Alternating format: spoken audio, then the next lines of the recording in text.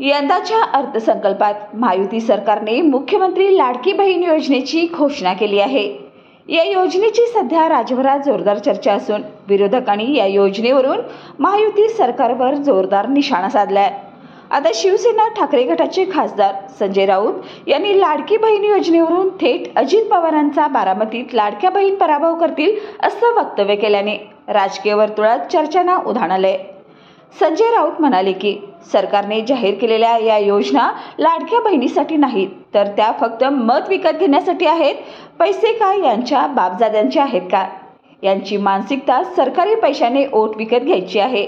मात्र आमची सत्ता आली तर आम्ही योजनेचे पैसे वाढवू असं ते म्हणाले।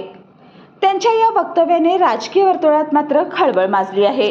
LLP IT कोल्हापूर ISO 9001:2015 नामांकित quality management system USA, UK, UAE आणि ऑस्ट्रेलिया या देशांसोबत आता कोल्हापुरातूनच मिळणार आहे काम करण्याची संधी। कोटियन IT कंपनी तुमच्यासाठी घेऊन येत आहे ही अनोखी संधी। डेटा एंट्री ऑपरेटर व इनबाउंड व्हॉइस प्रोसेस या दोन पदांसाठी वॅकन्सी उपलब्ध।